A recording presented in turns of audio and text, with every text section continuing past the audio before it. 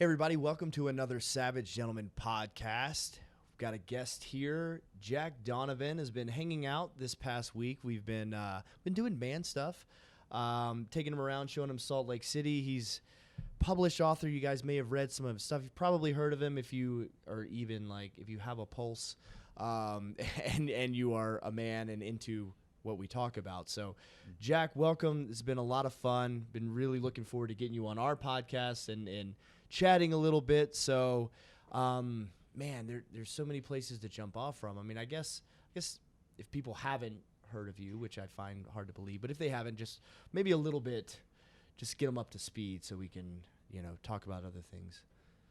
Just in terms of background, the author of the book, The Way of Men. Mm-hmm. And that's kind of the most important book that I've written. It kind of defines masculinity, and I think I did a pretty good job. It's been out since 2012, Mm-hmm. and I think it's probably sold over 100,000 copies all around the world. That's not too shabby. So, and it's I think people really respond to it a lot. As I think we talked about earlier, I have two groups of people that like it, and it's guys who read it and realized what they were doing wrong, Mm-hmm. and guys who are like, well, yeah, I've been saying that for my whole life, and then they give it to their friends so they understand them better, So, so I wrote The Way of Men, and a book called Becoming a Barbarian, and another book called A More Complete Beast, and they're kind of a series that goes together. And so with that, what is the process that you're trying to take someone through? And so I guess, the ideal person, let's say the person who doesn't immediately recognize, like, oh, this is what I've been saying. Let's say it's the one who's like, hey, I'm here and I need to get there. What does that look like? Who is that person that starts, and then where are you ultimately taking them through this series of literature? Well, I think actually they're probably starting the process that I started myself many years ago. Okay. I went to art school. I don't have all this credibility that I'm trading on, like, I'm a Navy SEAL and I'm explaining masculinity to you. I more come from the other side. I went to art school, and I've always been interested in the concept of gender. Mm-hmm. I was reading stuff like that in high school, and that's just something that's always interested me. But and I was one of the guys who really, growing up, said, these guys are dumb. These guys, masculine dudes, are dumb. Like, I read books and stuff, and Mm-hmm. kind of ignored a lot of things that were attached to traditional masculinity. And in my early 30s, I went back to some things that I read in high school and didn't care about and thought that were stupid. Mm-hmm. A lot of Jack London. Yep. And I started reading The Seawolf. Was still one of my favorite books, Uh-huh. and I started reading books like that.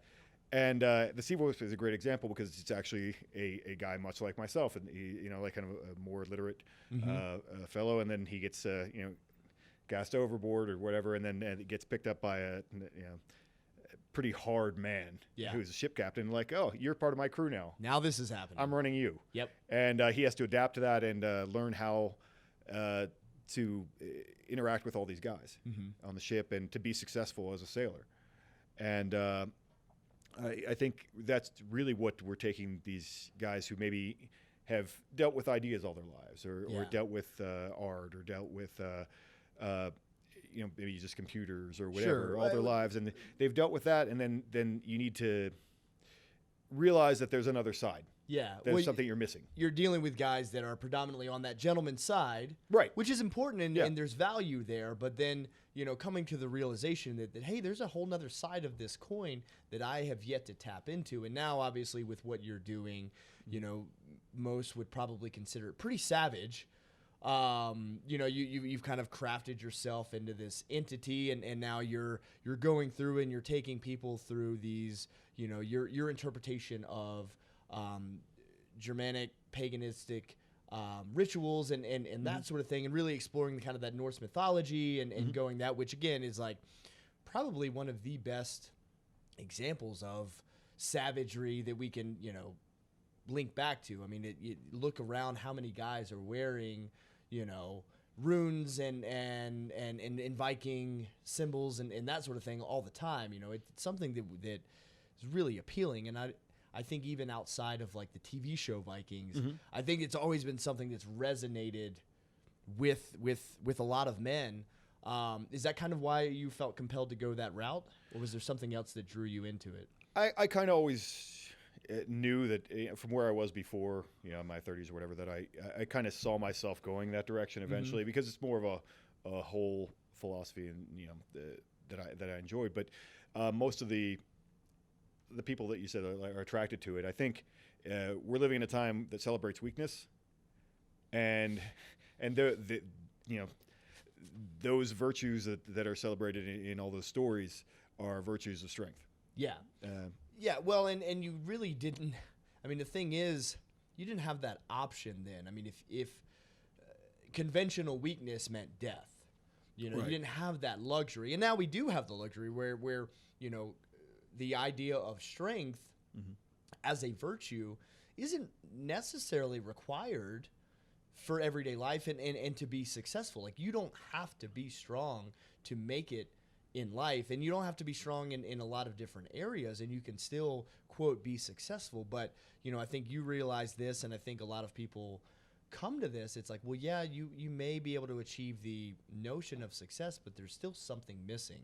I think for a lot of men who follow that pathway and never explore that side of strength, or embrace that masculine side, they recognize, they're like, what is wrong? Like, everything should be where it's supposed to be. I did all the things, I followed the rule book, and yet here I am, and I'm filled with this discontent, or this angst, or, just whatever, this malaise of feeling, and why? And I think it's because they didn't embrace, or they haven't embraced that other side. There's the other side of the coin that's just completely untouched. So I think that's really cool that you have taken that and actually written about it, and now guys are able to digest that and then apply that. I mean, is that something you've seen quite a bit? I'm sure you interact with a lot of the folks where they probably show you some of that transformation. Oh, absolutely. Yeah, that's the best part of my job. Yeah.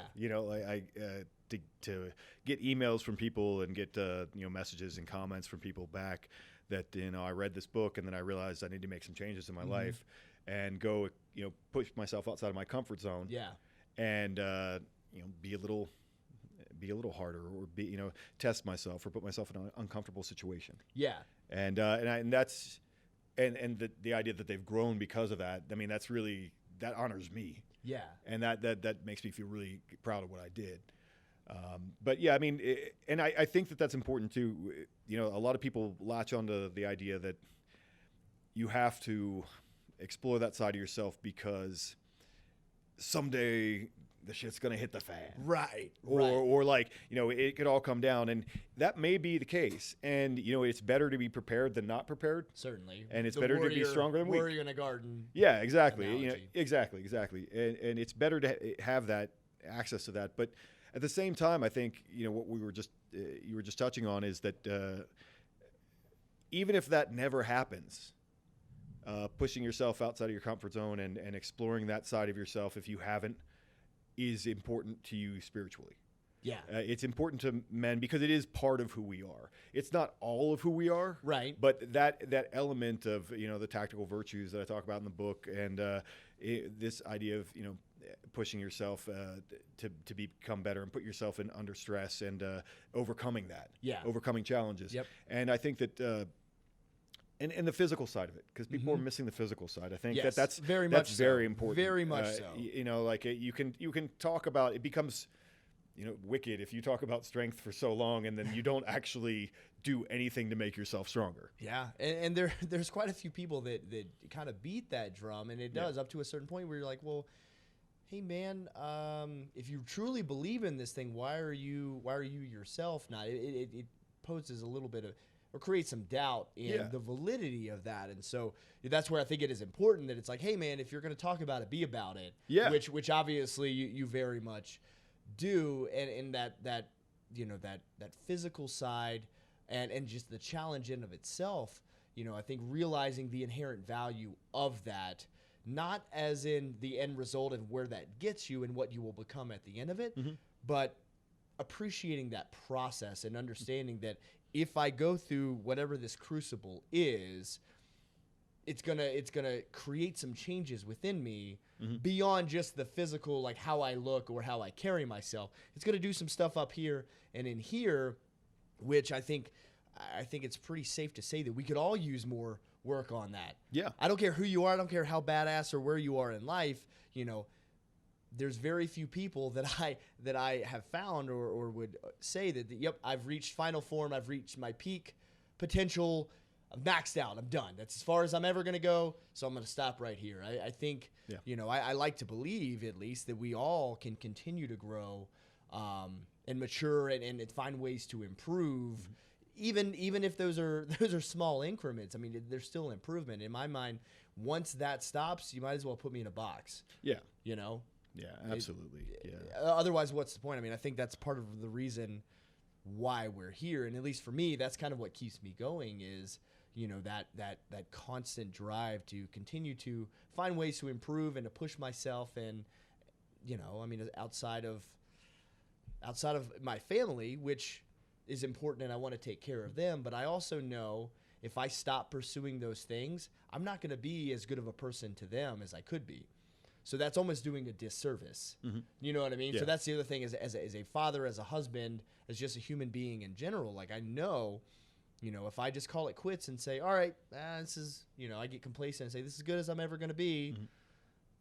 It's going to start to spiral. It's going to come unglued pretty soon. And we see that with guys, and I'm sure you've probably dealt with that with readers and guys that come out and do some of your events and that sort of thing where for whatever reason, maybe not intentionally, but they kind of plateaued. They stopped developing and things started to come unglued a little bit, right?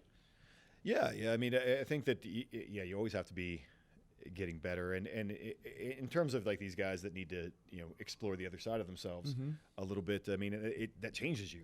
I think we talked a little bit about my friend Clinton, and he's one of the guys who collaborates with me on rituals. And when he first started coming out, he had never really picked up a weight or done anything. And I'm like, if you do what I tell you to do, you will not be the same person.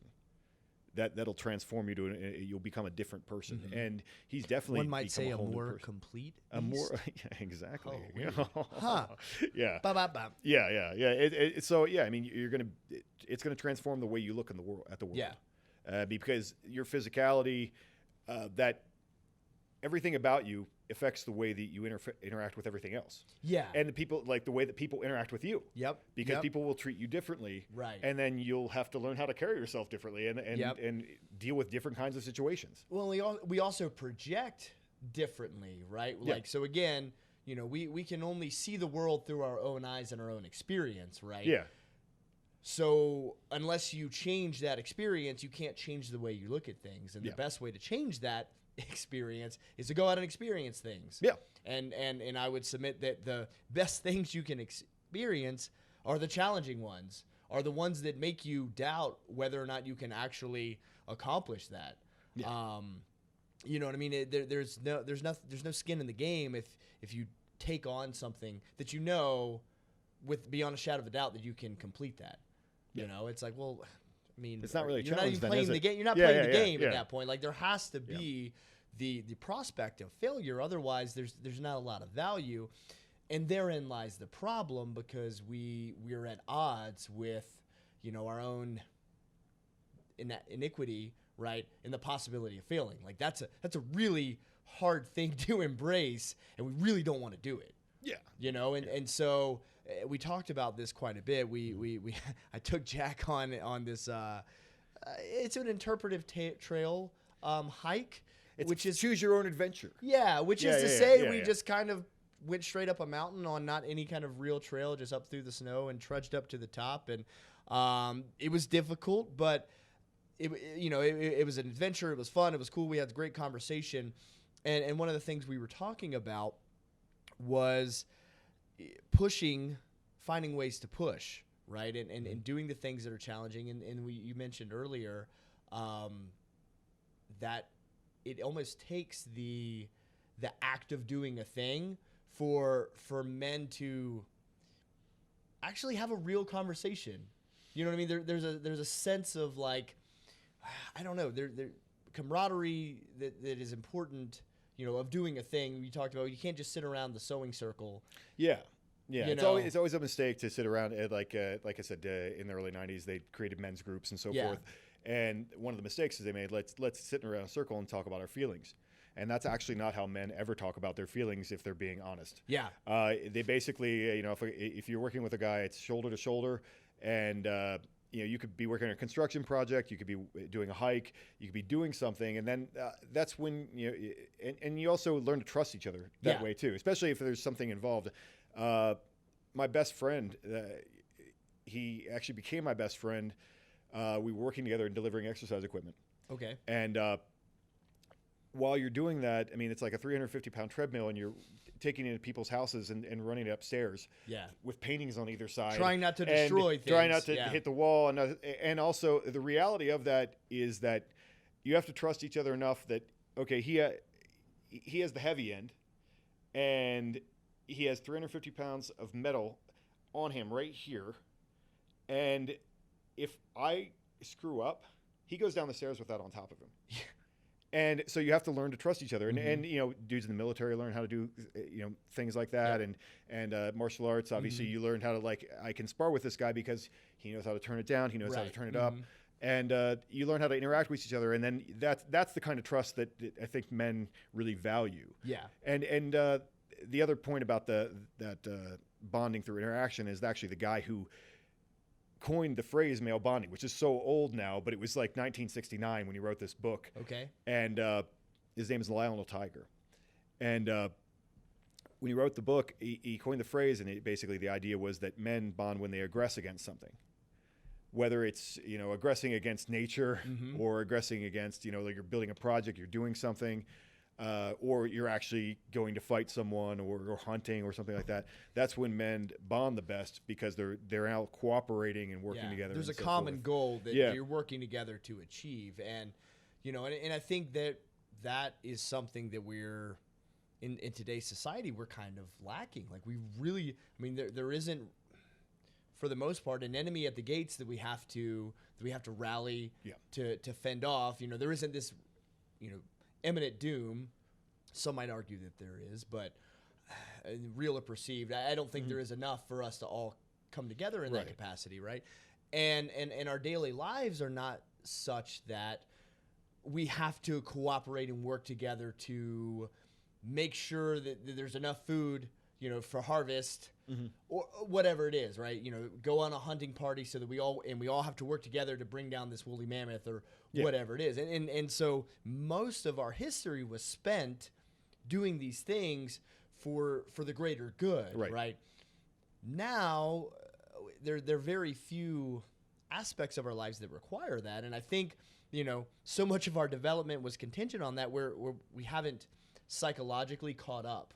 Right. Yeah. So our technological advances have outpaced our, genetic evolution. And so whatever that was that kept us alive, that said, hey, I need to make buddies with this guy, and we need to trust each other, and we've got to figure out a way to trust them so we can work together.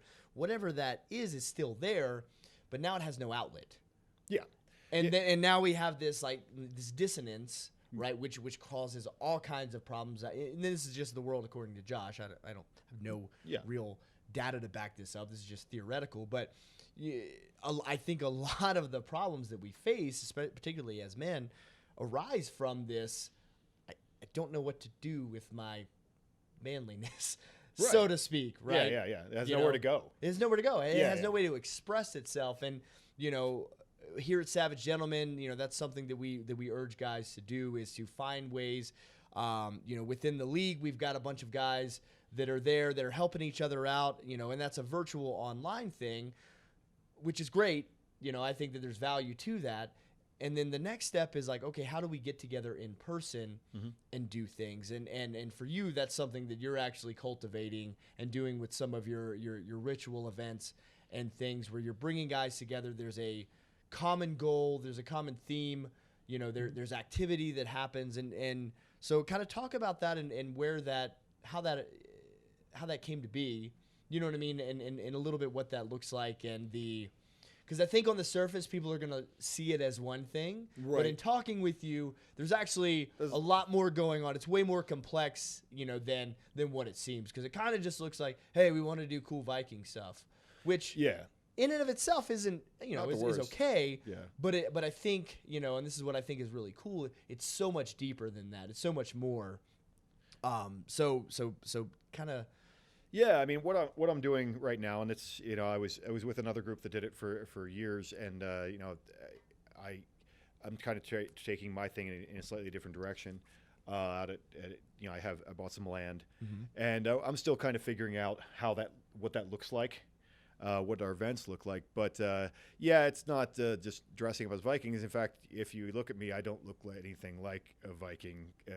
In any of the things, it just has a primitive look to it. Yeah. And that's actually the theme that I go with when I buy things for the land and build things, is that I want it to have a sense of being out of time. Yeah. That it actually isn't a period.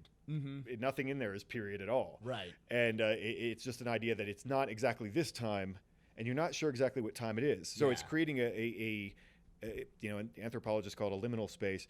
It's creating a space that's like between worlds. It's a threshold. Okay. And that's actually what it means, is threshold space. Yeah. And so that's the idea, is I'm creating a place that's different. Yep. And also a place that's sacred, where we can talk about these bigger themes of self-improvement using myth. I'd like to talk about the myth as a way to organize consciousness. Okay. In the way that the story that you tell, actually, the narrative affects the way we perceive everything. Yes. Right. And so, the story that you choose has a lot to do with it as well, because we can choose. We're in the modern world, we can choose anything we want, and so men are choosing this narrative because I think it expresses where they want to go. Yeah, and that's the thing. I mean, it's a very powerful teaching tool, if you can speak allegorically or draw some parallels, right? So I tell a story, right, that maybe is very, very trenched in fantasy or like so over the top, right? But the truths and the message are there, right? It's very hard to remember the very subtle story of random guy who's relatively not remarkable, who did a thing, and then this is what happened or whatever. However, if we take that and kind of to extremists and we make this really grandiose thing, that's going to drive the point home.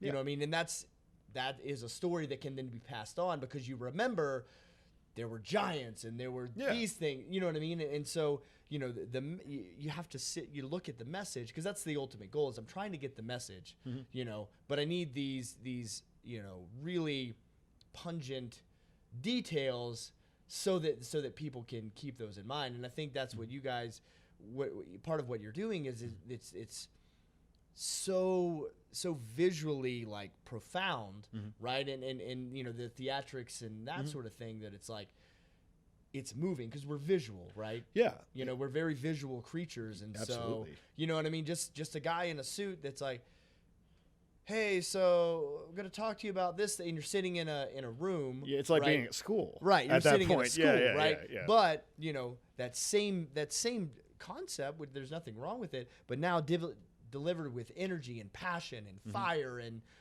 it's like, oh man, that did something. That's going to life resonate. is better with poetry. Yes. I mean, at some point, and I don't mean like something that rhymes. I mean, because that's like how people understand poetry. But the idea of taking these beautiful and powerful images, evocative things, big, and using these elemental forms like mountains and fire, and things that have always spoken to everyone for a very long time. Yep. I mean, using that to like tell a story. I mean, that's what Hollywood knows how to do that. Yeah. They know how to tap into our base brain or whatever, and move our emotions. And that's, I think, ritual. I like to think of it as technology. Ritual is technology. It's spiritual technology. It's taking you through something to get you to another place. Okay. And I think if it's not that, then maybe it's just cathartic, and it's just this experience that you like to have, or maybe just habit. You know what I mean? And there's comfort. And there's comfort in habit. That is true. A lot of right, but I think that's probably the most watered down version of it. Like if it's, if you're really going to get the most out of it, then it needs to do the other things. Yeah, I mean, whether it's, like a priest saying something, like they have a message and they want you to change something about your life because they made it a sermon about the message. Yeah. And that's what I try to do too. It's like, if you're coming back to, if I've seen you a bunch of times at my events or so forth, and you're the same, I feel like I'm screwing up. Yeah. I mean, really, you're screwing up. Sure, but I feel like that, I think you need to inspire people to be better, and if they don't want to be better, maybe they don't need to participate. Right. Yeah. Well, and that's the thing. I mean, if you're not willing to change, it's why are you even here to begin with? It's the person who hires a personal trainer, but then actually never shows up to do the workout, right. And it's like, well, what are you doing? Yeah. And we run into that a lot, where it's kind of the feel good. Mm-hmm. It's the Planet Fitness model where, I have the membership. Yeah. So I feel I have a gym membership. I never go. I don't ever actually work out and use it, but I feel a lot better because it's there. And I think sometimes we can go through the motion in our rituals, mm-hmm. whatever they are, based off of our beliefs or whatever we're doing. And there really isn't a lot of intent there. Mm-hmm. And that's something that, I think is important for us to recognize as well is intentionality, or putting intent behind something, mm-hmm. means something. Like there's a lot of power behind that. And I think that, again, because we're not forced to do these things anymore. Mm-hmm. Again, we can just kind of skate through. Like you really can survive. Yeah. By skating through, and it's, this is kind of a cop-out, but like that's what we're designed to do. We're designed to find the path of least resistance. Like that's how we made it this far. Yeah. It's like we find the easiest way because I can turn this into a tool. Yeah. Yeah. Exactly. Yeah. Why do this the hard way when I can accomplish it this way, conserve energy and brain space and that sort of thing. So we learn to cheat. Right. And we cheat and cheat and cheat and cheat. And now we've cut so many corners that we're to the point where it's like, yeah, you don't have to do anything hard, mm-hmm. really. You know what I mean? Like you can go to school and you can just mostly show up and you can pass along and graduate, mm-hmm. And you can mostly just show up at your job and put forth, average effort and still collect a paycheck. Like you can get by being average. But I think it comes to a point where it's like our soul starts to ache because there needs to be something more. And it's like, again, we run into this wall of like, man, what is going on? What am I missing? And this is what we were talking about with the nonprofit guys. I think the solution is effort. Yeah. And now we have to artificially create that, and because we have to recognize our own human nature. Mm-hmm. That's that being self-aware to know that like, hey, I'm actually pretty lazy. I'm gonna, if given the choice between running 10 miles and laying on the couch is probably going to win. Yeah.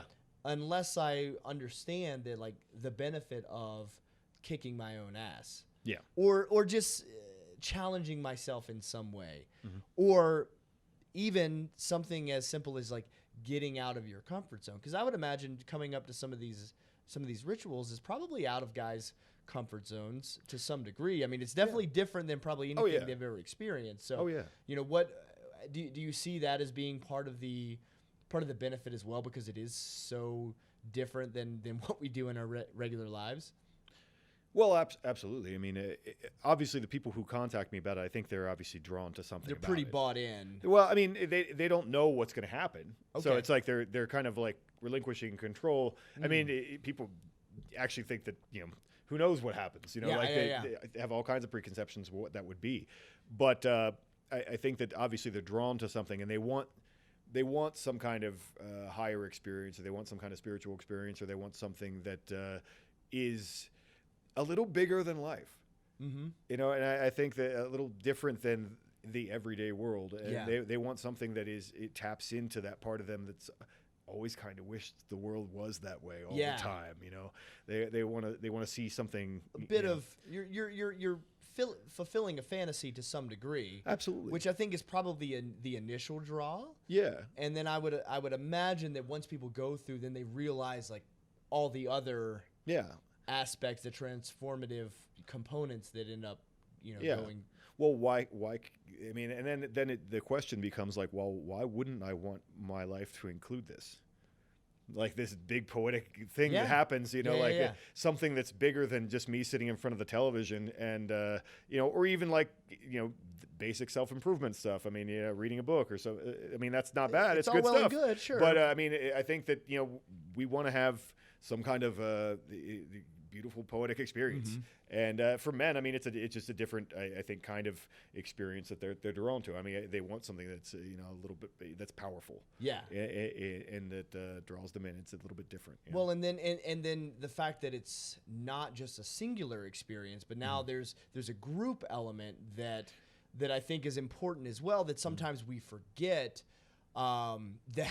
That we, again, have kind of developed. Our society up until recently has developed with, kind of a tribe mentality where we have to have other guys to rely on. And for most of us, we have that until we don't. And that may be through high school, that may be through college. Guys join a fraternity, perhaps. There's a reason why those exist and why they're a popular thing. Yeah. I mean, there's something about the male bonding experience that is fulfilling and that we kind of need. And so after that, when we move on from those phases, very few of us actually are able to maintain that for whatever reasons. Like it's hard to keep that up. And so now, again, we were talking about this the other day. You find yourself working, customer service or whatever your job is, and there's other men there, but there's nothing to really tie you together or create that bond, and so now there's a void. Right. And so that's again the other thing. It's like, hey, I may not have anyone in my immediate vicinity that I can connect with, but here is a group of 20, 30 other guys that are all into this thing. Yeah. Looking for, actively pursuing this experience, and now we have this common goal in this experience we're going to share. Yeah, and there's the draw, obviously, of like we're all into the same thing and we're in the same space at the same time, which is very, they're into something that maybe all their friends aren't into or all the people they know around them, and then they get together and they get to talk about it. Yeah, and they get to. I mean, the level of conversations has really gone up lately. Like I really have been kind of pleased. You walk around and you hear guys talking about really esoteric things or really philosophical ideas, and that's what I want. That's kind of exciting to me.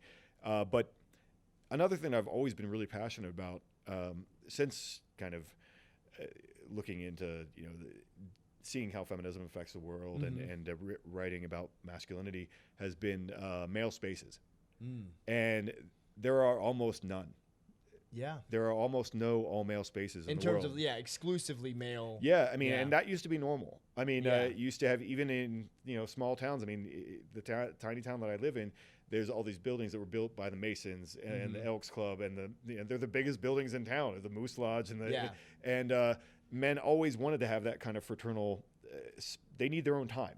Yeah, and so they need their own time to interact as men with other men, because that's how they learn to be men. Yeah, really, and that's how they become better men, because you have other men to push you and so forth. But that was always really important to me when I built Wolfgang, which is the name of the space. I don't think we mentioned it yet, but when I bought the property and started building things, it was always really important to me that it should be a male space, because if I can't do it, who can? Right. Basically that was like that was my hard line, is that this needs to be a space primarily for men, and there needs to be time when there are only men here, because there are so few spaces that men and it sounds like a He-Man woman hater club. Well, I was just going to say, because you believe in having all male spaces, then naturally by default you hate all women. Right. Yeah. And that's the hardest part, and that's kind of the political climate that we live in now, where it's this all or nothing. Right. If you're for this, then you must be against that. You know, and that's simply not true. These aren't mutually exclusive. Yeah, and concepts. What you said earlier about you're cheating your family if you're not going out and becoming a better man. And like if you can't go out and have that time with other men, you're not becoming the best version of yourself that you can be. And I think that's been really lost on a lot of people. Like, I mean, these guys are coming because they need something. I mean, I have several guys who are married and have kids and so forth, and who I mean, I have regulars in my events, and then I have people who just come like for one time. And I mean, so I have all different kinds of guys, and you know, I think you have to be able to say this is my space and my time. Yeah. You know, otherwise, I think that your wife is running you. You need to be able to say that, you know, I need this. Yeah, you have to have your own needs, and not just hers, and understand that that's okay. Yeah, it's normal. Yeah, and that's the hard part, because, you know, again, it's this all or nothing mentality, and you can take both of them too far into the extreme, right? Where you can be the guy that is like completely separated and never spending the time and never being inclusive with your wife or your family or whatever. And then you can go too far to the other side where it's like, no, everything has to involve, you know, my wife and my kids every second of every day. And you know, my stance is like, look, man, if what you're doing is working for you, Sure. then it's like, far be it from me to say, no, you need to leave them at home and do this thing. If everything's fine, then great.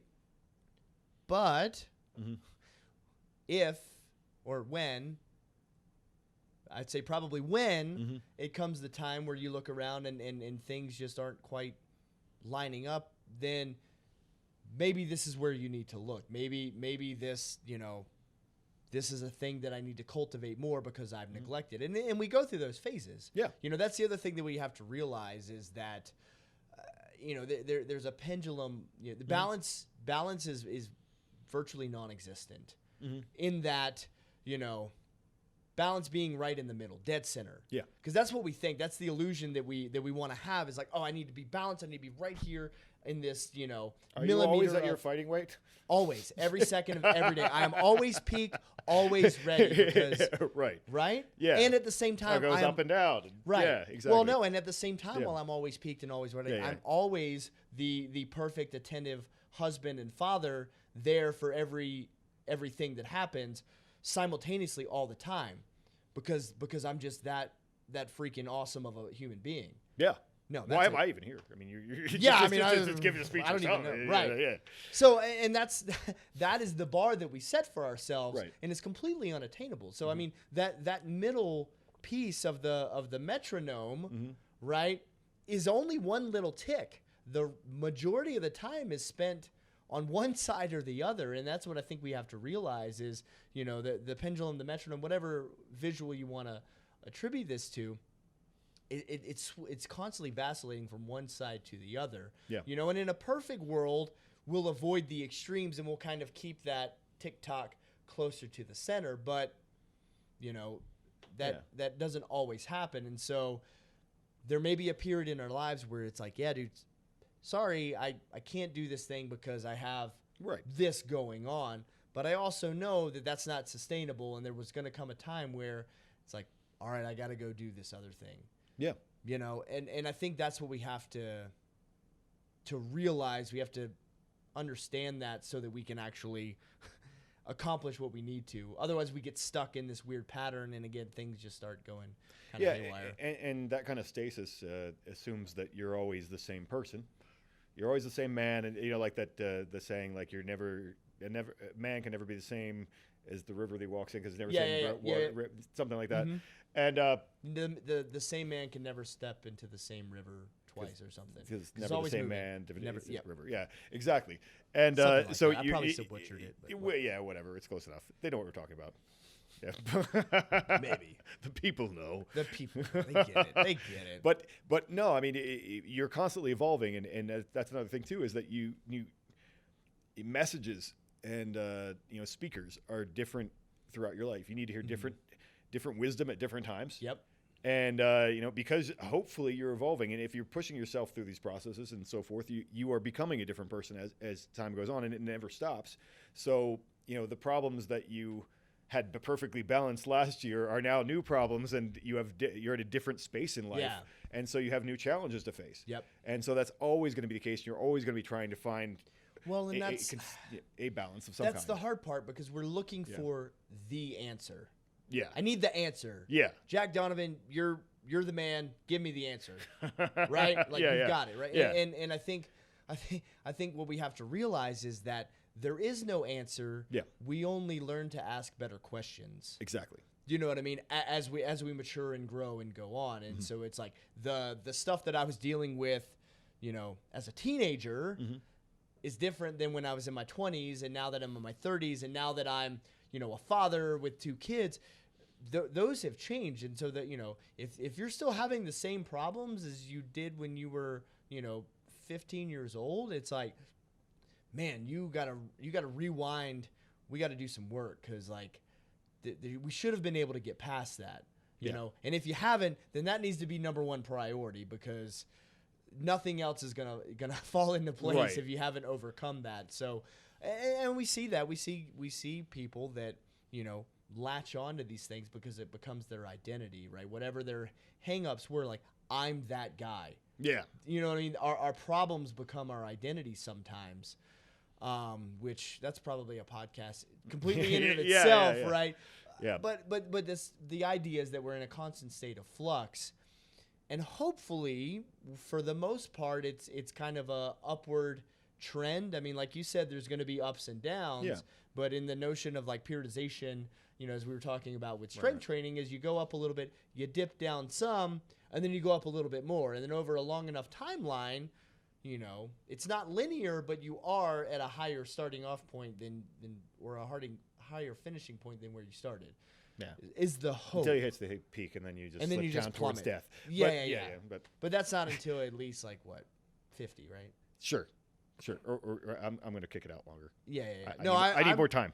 I'm trying to live that vampire life. I'm going to be at least 120, I think. With my high level of income and the advances of modern technology, it's not crazy to think I wouldn't live to be 200-300 years old. Is that when you reach your final form and all your facial hair will connect Yes, completely? and I just become an animal. Exactly. Yeah. Total savage. Full savage. Mm-hmm. So I come full circle from like being in the middle, and then for the sake of longevity, just full savage. Yeah. Makes sense. Yeah. You have to eat everyone. Yeah, maybe that's the key.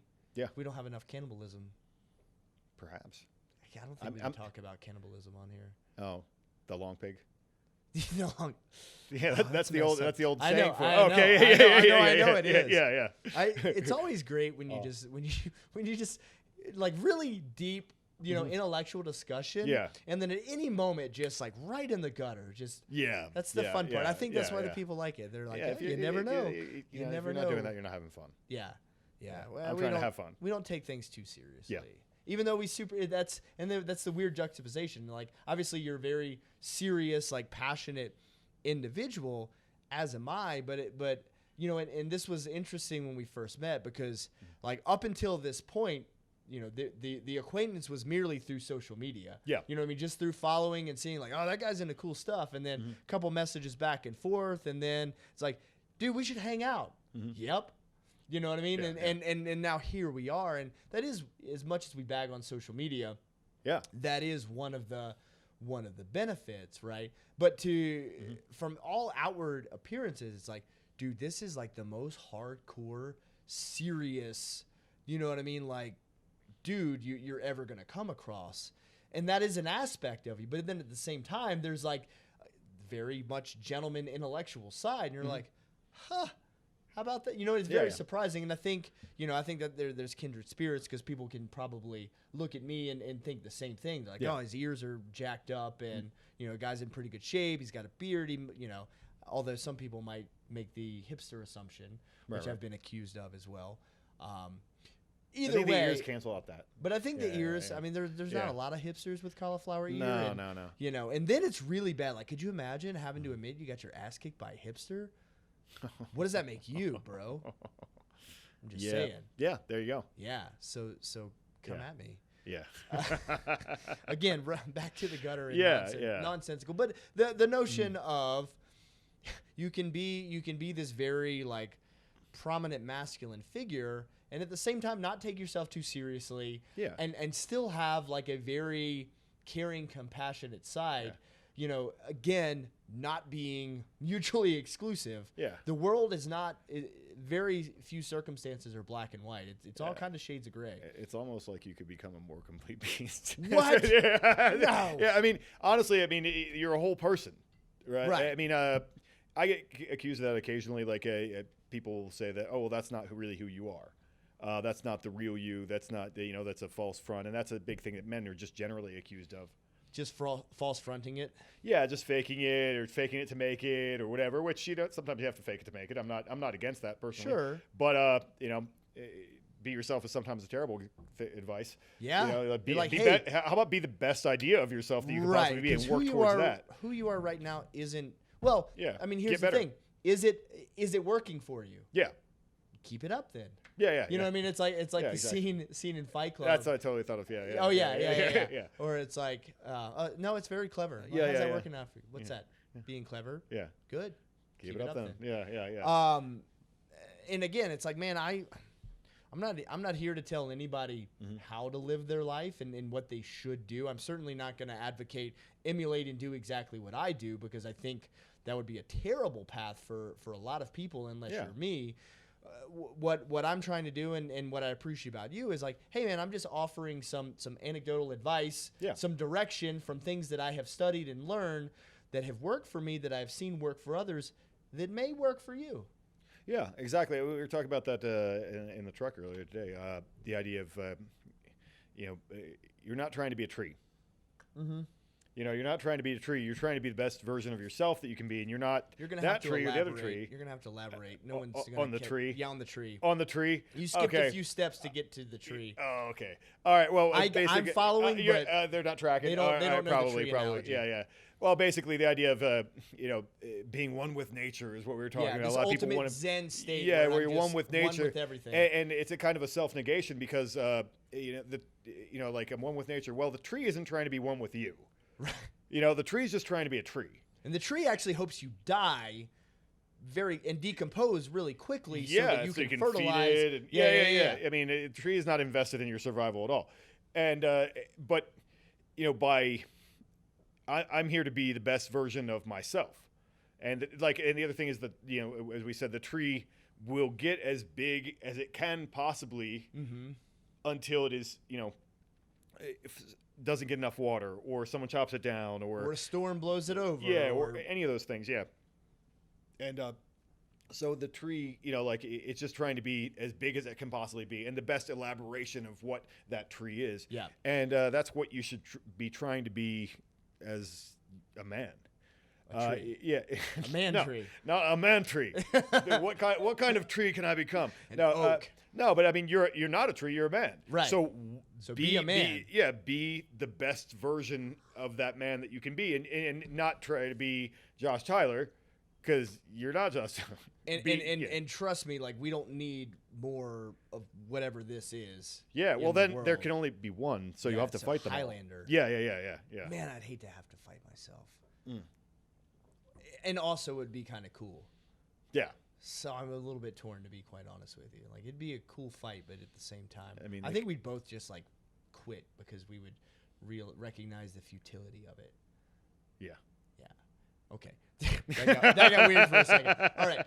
So now, I mean, we're speaking in really, really broad terms, right? Which is a good thing. We're painting in broad strokes, which I think is beneficial. But at the same time, what in the Jack Donovan world, in the world according to Jack Donovan, rather, the only world that I know, the only world that really matters. Yeah. What would you say are kind of those steps? I mean, obviously, the best thing is go read a book. He's written quite a few. Yeah. That outline that, but let's give him a little taste, maybe a tease. What would you say are those processes? You talked a bit about the virtues that you alluded to, some virtues that men should follow. So if we are trying to become the best man, the best version of ourselves, what are the steps that we should take in order to get there, or at least start down that path? Yeah. Well, the Buy virtues the book, number one. Yeah, by a book, obviously, and it talks about the tactical virtues: strength, courage, mastery, and honor, which are the values that our primal ancestors. You talked about this a little bit earlier. Mm-hmm. You know, evolutionary psychology Yep. is basically the idea of like what have these monkeys always done? And wait, oh, we have cars now, but you haven't changed that much. You're still the same. Yeah. You're still very much the same, and it's very evident by the way advertising manipulates people and so forth. We like to use the term hairless murder apes. I like that. Is what basically what we are. Yeah, that's hot. So thanks, JD Caputo. Shout out to my buddy. He's the one that coined that term. I just stole it. nice. But yeah, I mean, those are the things that I think men look for in each other and always have. You know, there's no time in history that anyone's ever looked at a man and says that weaker man is manlier than the stronger man. Right. That's always and everywhere, always true. Yeah. Same as I'm going to take him into battle with me. Yeah. Same as I'm going to take courage. The coward. I'm going to take the He's coward. He's going to run away. Yeah. Come on, you're up. That guy is definitely manlier than the warrior guy. Yeah. You know, and a lot of these values are really like kind of warrior tribal values Sure. that men have always needed in a team situation. That's been our existence for most of humanity. Yeah, right. exactly. So, and then mastery. I think that that's another. I think that's the most accessible one because not everyone is a warrior. I mean, nor should they be. Not everyone is cut out for that. Yeah. But I mean, that is a part of, and that's why you have to explore that. That's a part of what being a man is. Yeah. And I think that it's helpful to develop that aspect of yourself. At least dabble in it to understand it, because again, like a lot of cultures, it's like, okay, you may not be a full-fledged warrior, but you would at least get some training or something because you need to know, right? Yeah. And it's okay that you're not, but you need to kind of find out, like, hey, can I do this thing? Yeah. No? Okay, well, guess what? We got another job for you. No big deal, right? Yeah.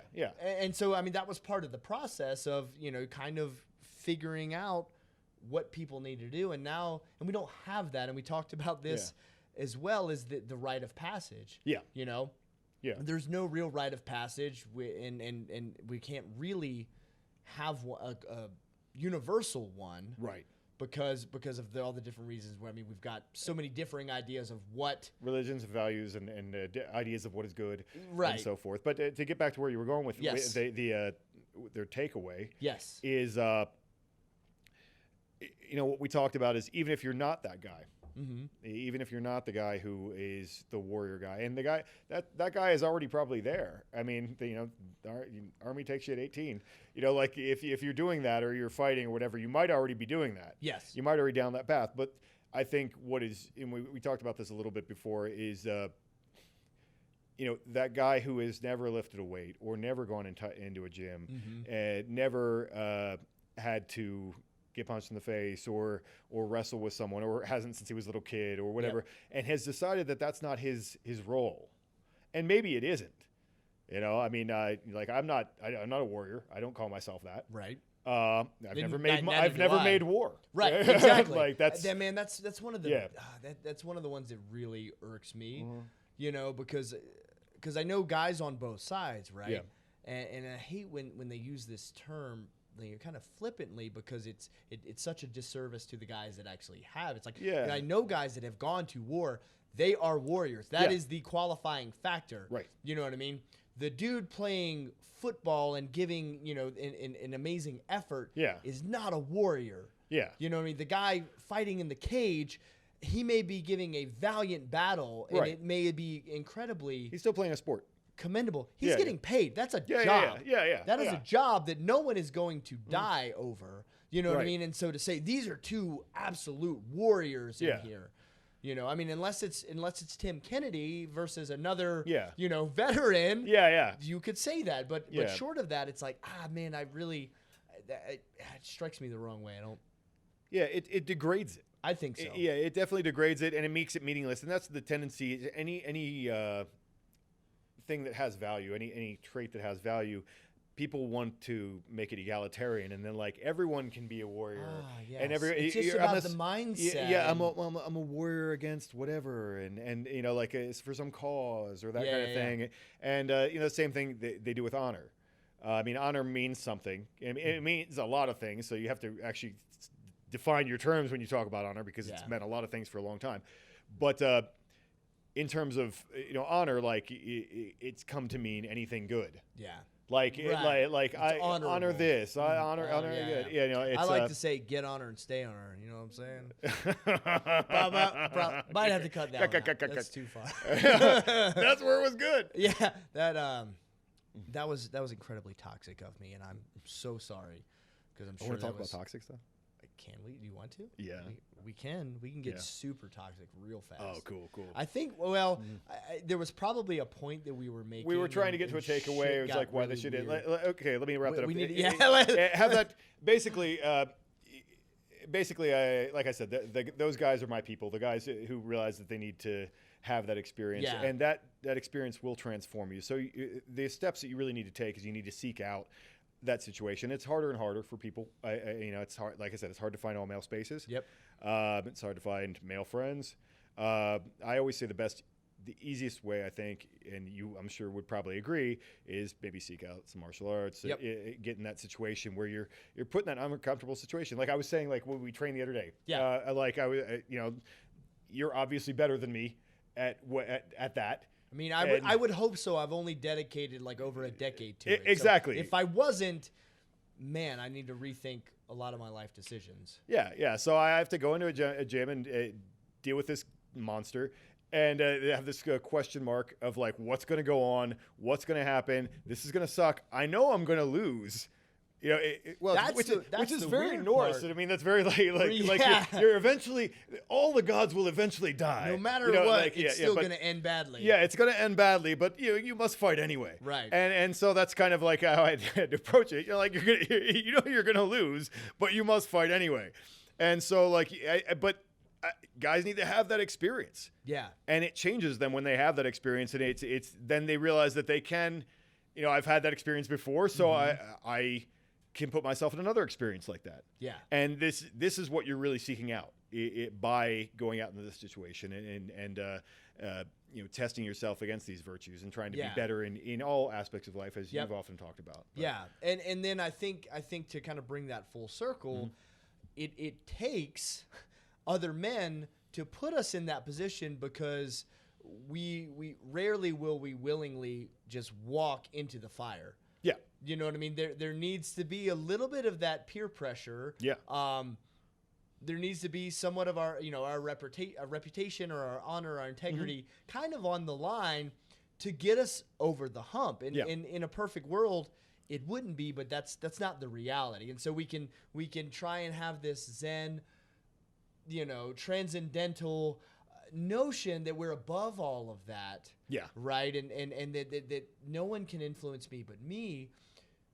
And that's fine if you want to be a tree and be rooted to the ground and stay in one place and never go anywhere. And all you're going to do is like create leaves and do photosynthesis and that sort of thing. Yeah. If you want to be a tree, be a tree.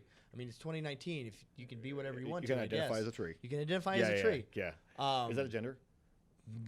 I don't know. We'll have to look at it. Consult. What's the manual? What's the consult book the say? list. I don't know. It grows every day. They add like 10 every day. Yeah. But that leads to delusion as well. Is that if you aren't challenged by other men ever, you can. We've talked about the guy who has never ever been in any kind of fight or situation, but what he imagines that he's going to do versus what actually happens, which is actually pretty ridiculous. Yeah. And so like you can create this diluted state where hasn't been tested. Right. And so you need to have other men. Now you're living a fallacy. You're living a lie. You're living an illusion. Yeah. Right. And I don't think that that's better.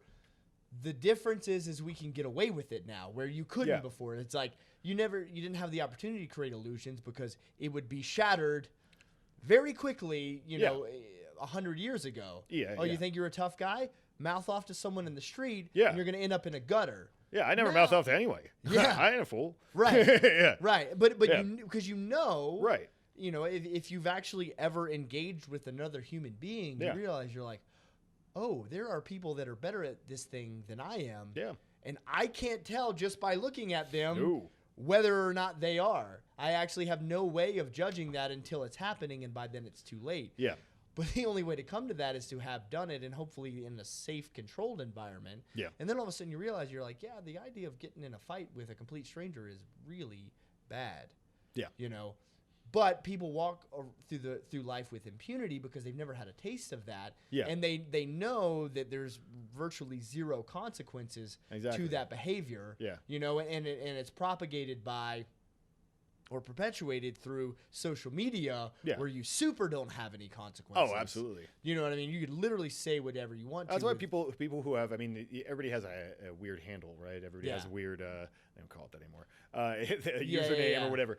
But everybody has something like that. But I mean, the people who are clearly not real people and just like pictures of someone else, like a troll account or whatever, like that person's opinion absolutely does not matter to me ever. Right. Because you're a fake. You can say anything and be anyone. I actually have to stand by my word. Yeah, because I'm like a real person. Yeah, like you're a published author. Like people can look you up. Yeah, yeah. You know what I mean? Like there's data on you as opposed to, hey, here's a picture of Garfield and some silly name, and know what, you know, it's just a dummy account that you stood up to troll people. Yeah. And I mean, essentially, you're a coward hiding behind this thing, acting with total impunity. Yeah. Therefore, your opinion is invalid. I think it's amazing that you brought up Garfield. I don't know why Garfield was the first thing that popped in my head. I don't know why. I don't think I've thought of Garfield in like 15 years. Neither have I. But that was the. There must be something subliminal there. I'm gonna dig into that. Like where that came from. Maybe Garfield the dream cat that gives you wisdom. Maybe I think probably I'm just hungry for lasagna. Yeah. So there it is. And now I'm hungry for his lasagna. Shit, I haven't had lasagna in years. I know. Yeah. Too many carbs, bro. Wow. That's man. There it is, Garfield. Yeah. I think that's what I'm going to title this episode. This will be the Garfield episode. The Way of Garfield. People are going to be like, what? Yeah, the philosophy of Garfield. Yeah. Man, and it's going to take you like an hour before it even makes any sense. Like you're going to be listening to this thing and you're like, what in the fuck? Why is this called Garfield? You're going to cease and desist from whoever owns Garfield now. Shit. Yeah. Okay, we'll have to scratch that then. So, man, there's so much. I mean, it's taken us kind of an entire most of the week to kind of come through all this stuff, and for me, man, it's really been awesome to have someone to discuss these ideas. You know, I mean, I think this is one. It's a sign of the times, like the fact that we can actually sit down and you know, hypothesize and pontificate on these things. You know, is actually a really good thing. Like we like to kind of poo-poo, like, oh, man, this is the worst. Like, society is so terrible right now because of X, Y, and Z. And it's like, the fact that you can complain about society means things really aren't that bad. You know what I mean? It's like the fact that I have the technology on my iPhone that I can piss and moan about, you know, the price of a latte or whatever it is. Right. Means that we're actually doing really good. I mean, that in the course of human existence, we're actually not all that bad. You don't have a choice anyway. I mean, that is the most important thing that people need to think about their lives and time, is that this is the only time that you know. You actually don't know what other times were like. No. Because, like, boom, you could have been a coal miner. You spend your whole life in a coal mine, you get cancer, you die. Yep. You're working for the company store, you have nothing. Yeah. Your life sucks. And, you know, so you don't know. I mean, people like, you know, I would have been a Viking or whatever. Could have lived in the Dark Ages. Yeah, like, yeah. Hey, dude, you know how much that's... Well, that's the funny part about all the people that are kind of like, you know, this really jazzed up about the end of the world and this post-apocalyptic thing and just wiping the slate clean and that sort of thing. Yeah. It's like, man, if you've ever been in like destitute or really dire situation, that's not fun.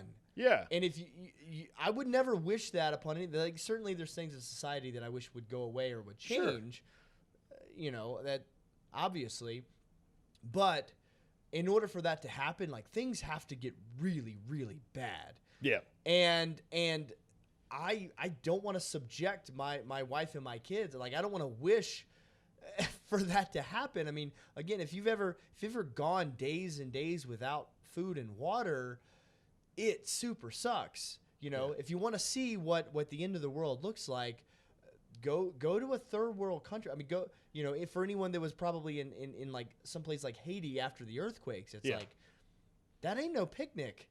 Yeah, and just I don't care what your skill set is.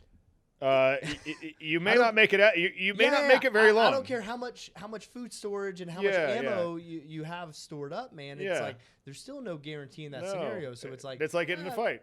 There's no guarantee. It's like I'm a professional fighter, and I still can't guarantee that I'm going to come out on the right end of that. And so it's like I would be a little bit hesitant to be, you know, offering sacrifice for the world to come to some, you know, cataclysmic end. Yeah. Because it could be a lot worse than it is right now. It could be a lot worse. I mean, maybe just a little. And so that being said, it's like other end of the spectrum. It's like, well, that doesn't also mean that everything is perfect, everything is sunshine and daisies. Yeah. There's still work to be done. And coming back to what you're doing, coming back to what we're doing with Savage Gentlemen, the only real work that we can do is by improving ourselves. Absolutely. That's where it starts. And it's like, you know, it's very easy to point the finger and say, this is messed up.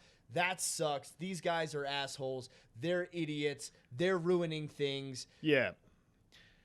I was going to make a post about this morning. I actually started writing it after our conversations that we were having last night, is that everybody, because when we were up on the top of that mountain, right, you said that we could see 50 miles. In basically either direction, and so that's 100, 100 miles, span. One way or the and that's about as much of the world as we talked about, as much of the world as anyone ever saw or could imagine for most of human history. You lived and died in that space. And the media and technology brings everything kind of closer, but it's in a very curated way. It's bits and pieces. So you think you know what's going on in X country, and you think you know what's going on in this town, but you're only hearing bits and pieces of the news, and you're not hearing what happened across the street because you're hearing about this other big thing. And then that's coming through a filter. Absolutely. Which has its own bias and agenda and so forth. And so you're getting all these bits and pieces that are coming from everywhere. And so you think that you know the world. I mean, world is, it comes from like an older word, wereld, and it's Anglo-Saxon thing, and it means like an age of man. And so it actually means something smaller than like the globe. Right. But now because we know about the globe and so forth, and we could have maps and so forth, we think we understand what the world is, like in any way that matters. Yeah. And so it leads to this kind of delusional grandiosity that like we're going to save the world and change the world, and everything you do, you buy a cup of coffee that donates to something. Oh, we're changing the world. I'm going to recycle. Yeah. I mean, any of these things, which none of them are bad in and of themselves, and some of them may or may not be helpful in and of themselves, but it takes the scale of your concern so far outside of your control. Right. And really, like you were saying, you can control yourself. You can, create the world around you as best you can. Yep. To create, the reality that you live, the reality that you want to the best that you can. Yeah. I mean, everyone has always had limits. Like whether it's, like there were always things that you couldn't say. I mean, we could be living in, if you weren't, a Roman Catholic in, like whatever the 14th century, you're going to have a bad time. Yeah. It's not a great place to be something else. And so you can either like spend your whole life, talking to anyone who wasn't going to turn you in or whatever about how much you hated the church. Right. Or you can try to live the best life that you could live according to whatever you want. Yeah. You toe the line while at the same time upholding the same, the values that you hold true, right? Yeah. And I think, I think that's a very, that's fucking really good. That's a great point. I'm Jack Donovan. Yeah. Boom, Mike, I'll be here. Well, now you're leaving. But, I was here all week. I was here all week. Yeah. No, I mean, it's the whole, splinter in someone else's eye against the log in your own. Right. Kind of thing where we're not, man, we need to deal with the issues that we can actually even deal with. Yeah. And man, that's not to say that there aren't other people that need help and other causes that need attention, certainly. But I think we put so much emphasis on that we overlook the blinding flash of the obvious. We're missing the forest through the trees. I mean, analogies for days here with this, but it's like, start with yourself, and especially for men. It's like, man, there's so much work that we can do on ourselves. And by virtue of doing that, it's amazing how many other things start to figure themselves out in a really weird way.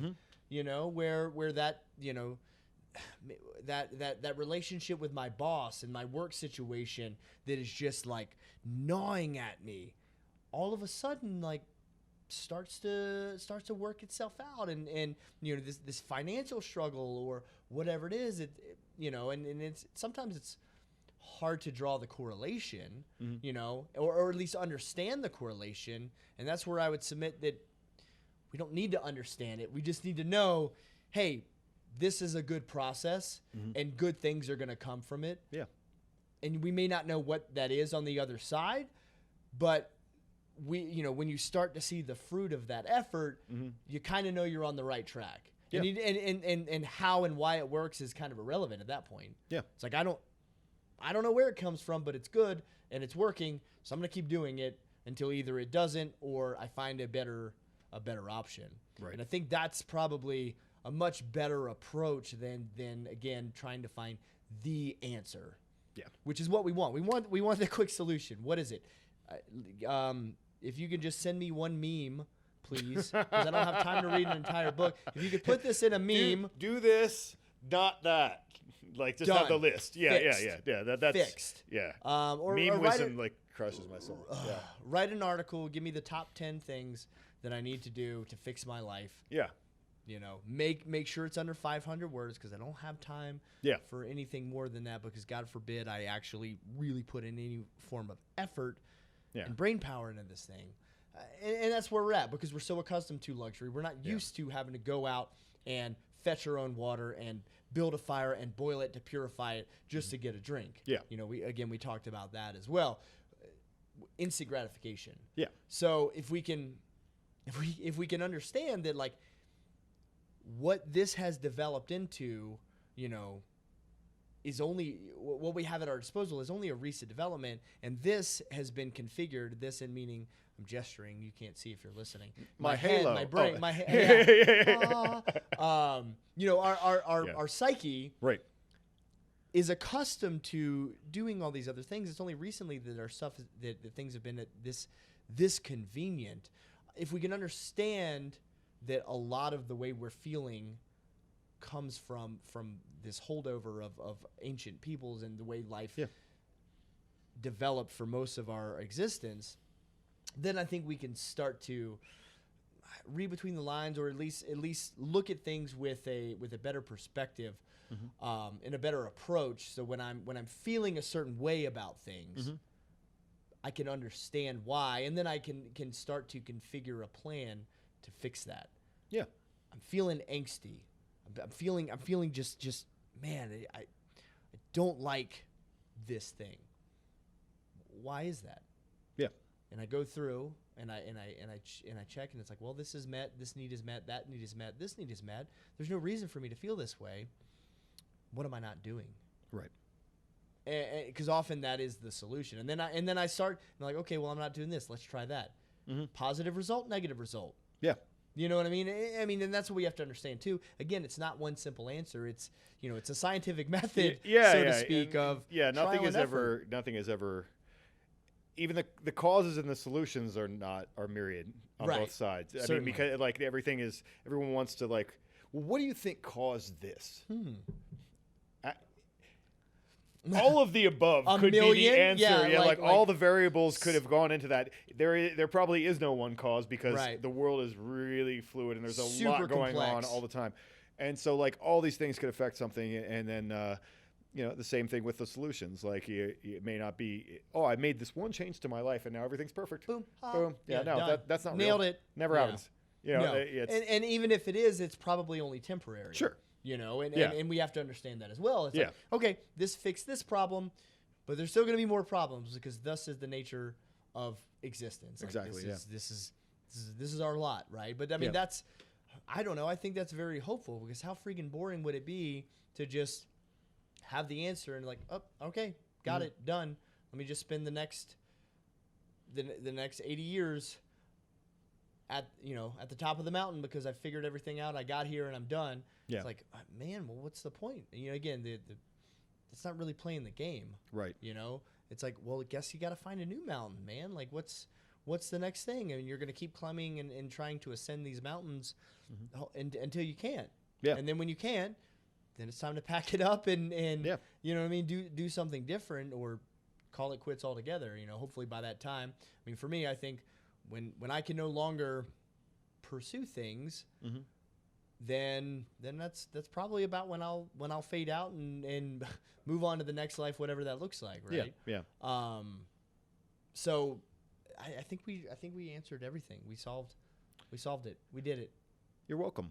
Yeah. People. You're welcome, world. The people. All the answers have been solved. Yeah. Just keep trying shit till you figure out what works, and know that it's not going to keep working. So you're going to have to try more things, and you're just gonna observe, orient, the OODA loop, basically. Yeah, right. I mean, really. Right? Yeah. Yeah, I mean, that and understanding that is the best that we can do. Yeah. Is use the information we have and apply it however we can. But the biggest thing, and I think this is the common thread between what you're doing and what we're doing here, is that there needs to be this continuous effort and this continuing progression towards a more complete beast. We said it 3 times. Is there a prize? Yeah, boom. Yeah. Does something appear? Do I have to cut you a check? Yes. Hopefully. This episode of Savage Gentleman brought to you by Jack Donovan, a more complete beast, available on Audible and Amazon. No, actually, in all seriousness, we're about at that point. Yeah, we're kind of there. Yeah. So this is where we let people plug their things. Obviously, people can find you on Instagram at Start the World. Yes. And then where else, if people want to connect or they want to learn more about you, or they want to see the events that you're doing, or they want to purchase the book, where can they find that out? Yeah, well, Instagram is the number one place because I'm a visual person, and I that's the form where I feel like some of the stuff I'm doing is actually a little bit like creating art. Yeah, it's super artistic. No, I mean there's no question. I mean it's and so that's I get it, that I like that format, but also I mean obviously I have a website, jack-donovan.com. Okay. Sorry, I'll say that again. jack-donovan.com. Gotcha. And I don't really use Facebook, so don't bug me on there. Okay. And then all my books are available on Amazon. So you've got your books, several of those, and then you also have a clothing line. Yeah, I totally have you have a gotta company. Plug that. You're on a business. Yeah. Apparently, I suck at that. Whoops. But no, my company, Brutal Company. That's where I sell signed books there, and I also sell T-shirts and whatever I kind of want for myself. Yeah. I have it made and then try and sell it to other people. I mean, I have like lifting straps because I wanted them. Yeah, no, I saw that. I saw that. You got wrist wraps and lifting straps. I was like, oh, that's pretty badass. Yeah. That's a very niche market, but it's like good for him. Well, we kind of adopt that same thing here. I never run out of lifting straps. When I lose them, I just go out of the garage and get more lifting straps. Yeah. I mean, that's 90% of the stuff that we make with Savage Gentleman is like, oh, we just wanted to have this thing. Yeah. And then we made a bunch of them in case some other people want them too. So. Yeah, that's kind of how you keep your integrity as a producer. Really, is that you make the things that you want. You want and use. Yeah. And it's served us well. So yeah, people go buy his stuff, buy our stuff too, buy them both at the same time. Yeah. Who knows? Maybe we'll even make some kind of discount or something. Jack, been an absolute pleasure having you in town, man. This has been really cool, man. It's been a lot of fun. Yeah. Hopefully we can collaborate and do some more things in the future. Yeah. And so, for you folks tuning in, watching or listening, thanks for hanging out, and we'll see you next time.